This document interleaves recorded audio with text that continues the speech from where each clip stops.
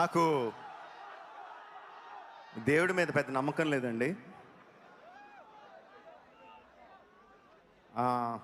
నాన్నగారు వచ్చి ఇందాక హనుమ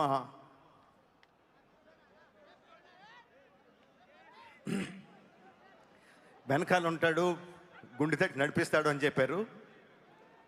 ఇలా అయిన వెంటనే కోపం వచ్చింది, ఇదేనా నడిపించేది అని. మా ఆవిడకి హనుమంతుడు అంటే చాలా చాలా ఇష్టం. ఫ్రెండ్ లాగా బిహేవ్ చేస్తుంది, మాట్లాడుతూ ఉంటుంది. మా ఆవిడ మీద ఒకటి కోపం వచ్చింది, ఏంటి ఇదేనా చేసేదని. Okay, let's see. Okay, coming to the point. నా చిన్నప్పటి నుంచి నేను చాలాసార్లు చెప్పాను, నాకు రామాయణం అన్నా మహాభారతం అన్నా నాకు చాలా ఇష్టం అని. మహాభారతం తీయడం నా డ్రీమ్ ప్రాజెక్ట్ అని ఆలోచిస్తూ ఉన్నాను. ఈ సినిమా మొదలుపెట్టినప్పుడు కూడా రామాయణంలో ఒక ముఖ్యమైన ఘట్టాన్ని తీస్తానని నేను అనుకోలేదు. బట్ ఒక్కొక్క సీను రాస్తుంటే, ఒక్కొక్క డైలాగ్ రాస్తుంటే, ఒక్కొక్క షాట్ ఊహించుకుంటుంటే ఐ ఫెల్ట్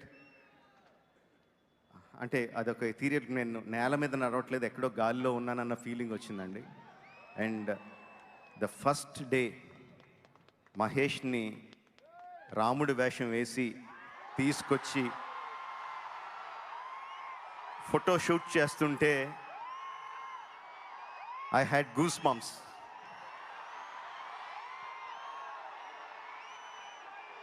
అంటే నాకు నేనే ఒక సగం దీంట్లో ఉన్నానంటే, అంటే మహేష్ కొంటిగా ఉంటాడు, కృష్ణుడి కరెక్ట్గా సెట్ అవుతాడు.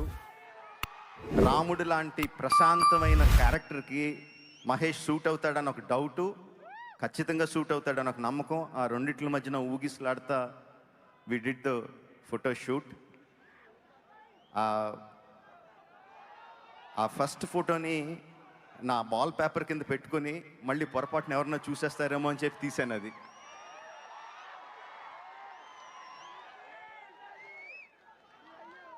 We had a great time అండి షూటింగ్ ఫర్ దిస్ ఎపిసోడ్. ఒక 60 days షూట్ చేసాం, రీసెంట్గానే కంప్లీట్ అయింది. Every day was a challenge. అంటే ఆ ఎపిసోడ్లో ఒక్కొక్క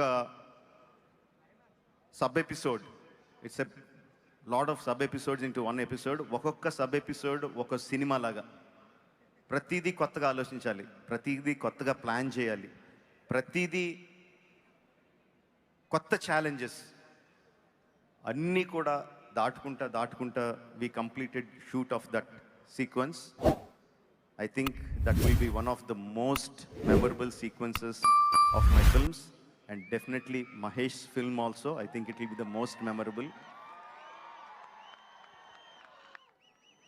మీరు ఊహించినంత అందంగా ఉంటాడు, మీరు ఊహించినంత పరాక్రమంగా ఉంటాడు, మీరు ఊహించినంత దయార్ద్ర హృదయంతో ఉంటాడు, మీరు ఊహించినంత కోపంగా ఉంటాడు. సో అన్ని రసాలు చూపించాడు రాముడిగా. And I think I'm so lucky to shoot this episode.